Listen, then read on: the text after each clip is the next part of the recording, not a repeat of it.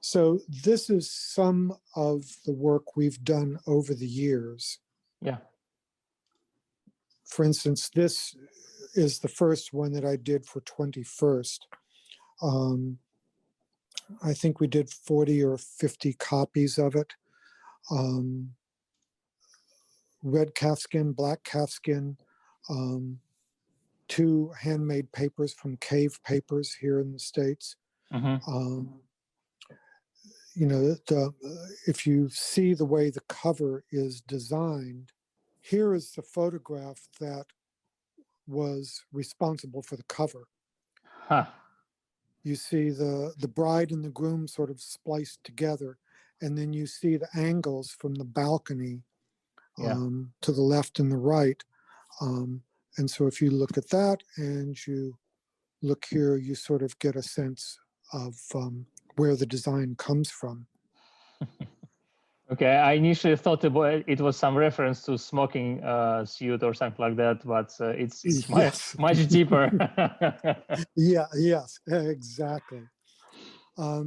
This is another one that we did for 21st. This cover is copper. Yeah. And it was interesting to try and figure out. Is it engraved or etched or? It is etched. And so the way that was done, I had to figure out how to do this. And so if you look at the pattern of the etching, not the omega, but just the little splotchy parts, that was sawdust mixed in with a chemical. I forget what the chemical is right now. My brain doesn't work that way.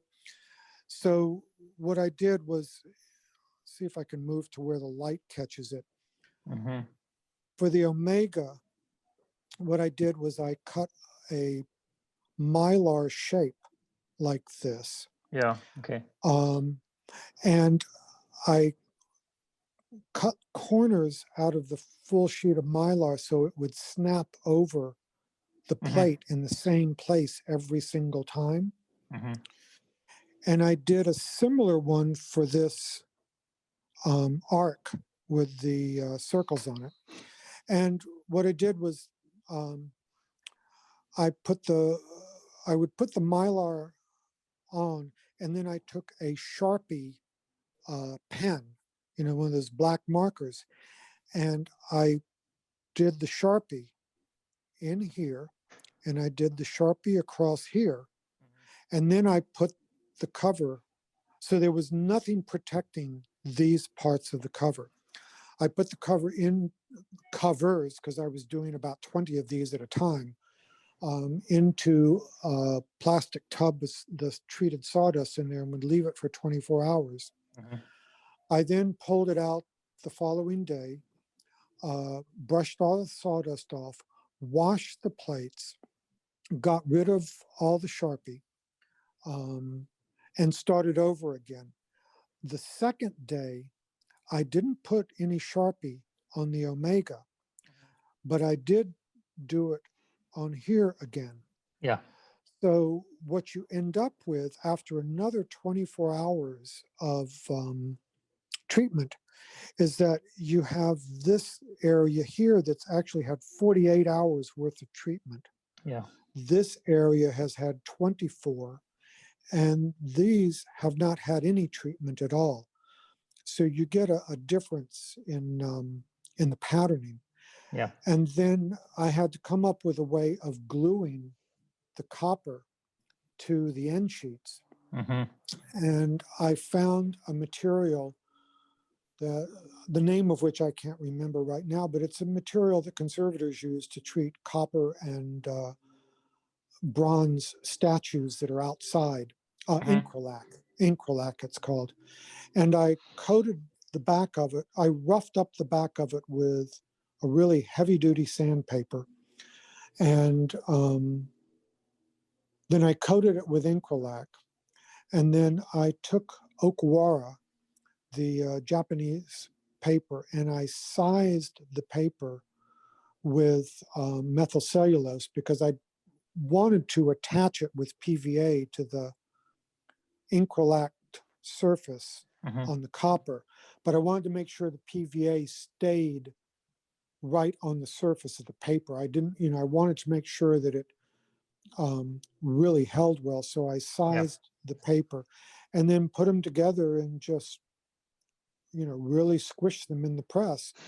And, this book was done probably 10 years ago, and the copper shows no evidence of coming up.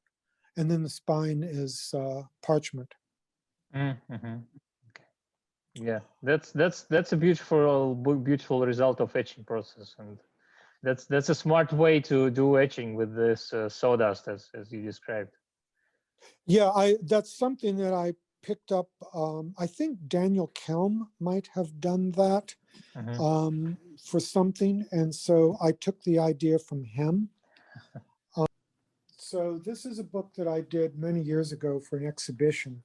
Yeah. And from its size, you can see that I had to use 2 skins of leather. No one goat skin was going to be that big. That big, yeah. So it's like a split board binding.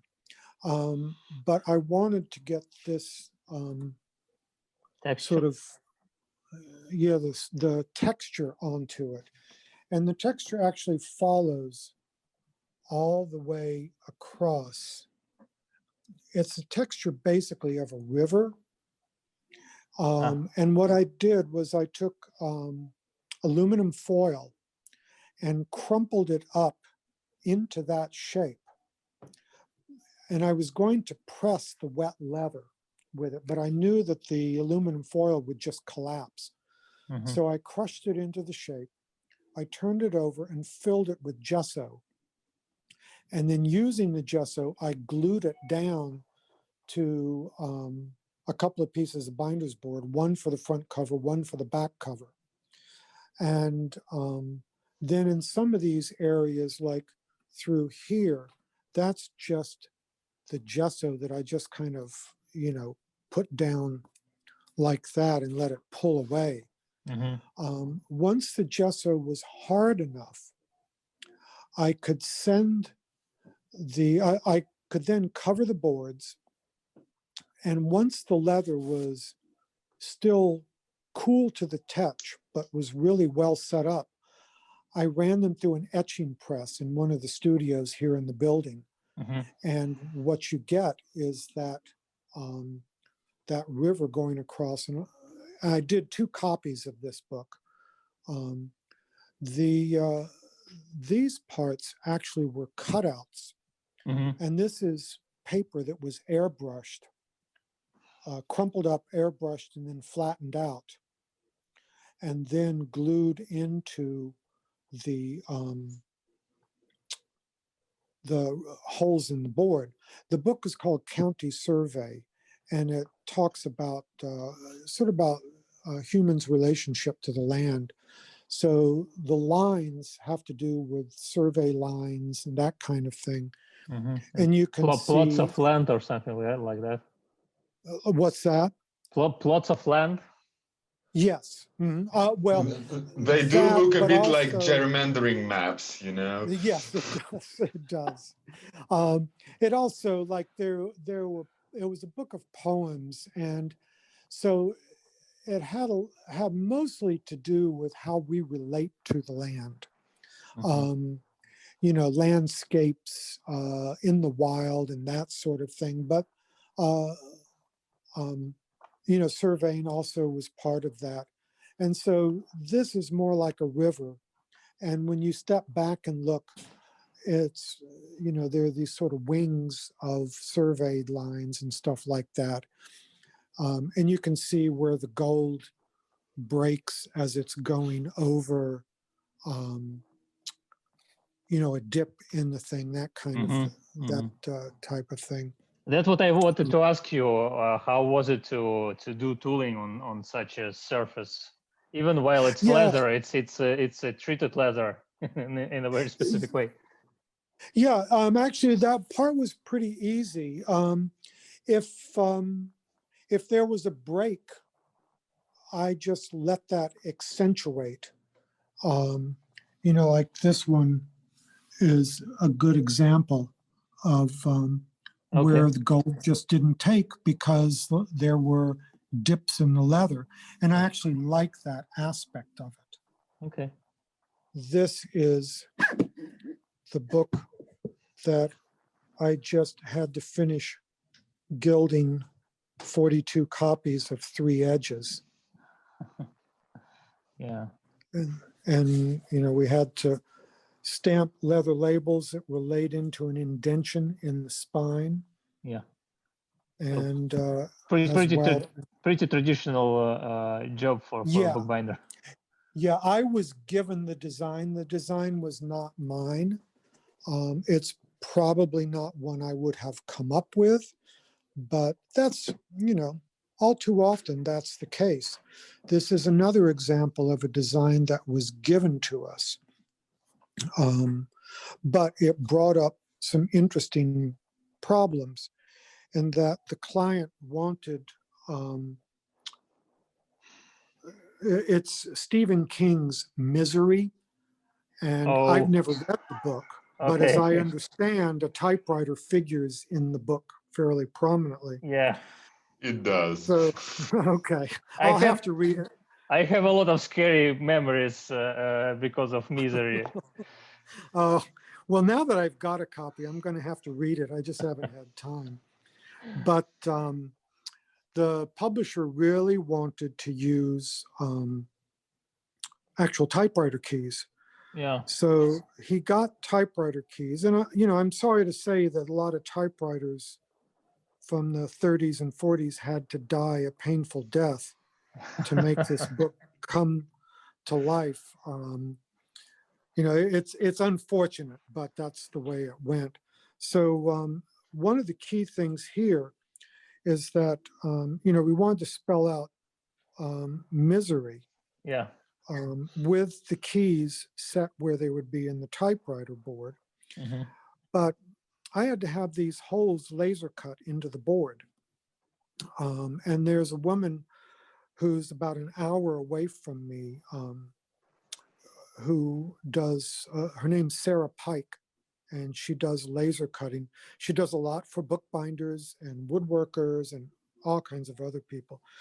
So she cut the holes through the board, and she was able to use the same PDF that I had for the stamping die, so that we could, I could make sure that I could stamp exactly where the holes were not. Mm-hmm. You know, she made it to the exact same size and placement as the stamping die, but you know, when you cover a leather book, the boards will change a little bit. Yeah. They might shrink up a bit. They won't shrink up any amount that really shows.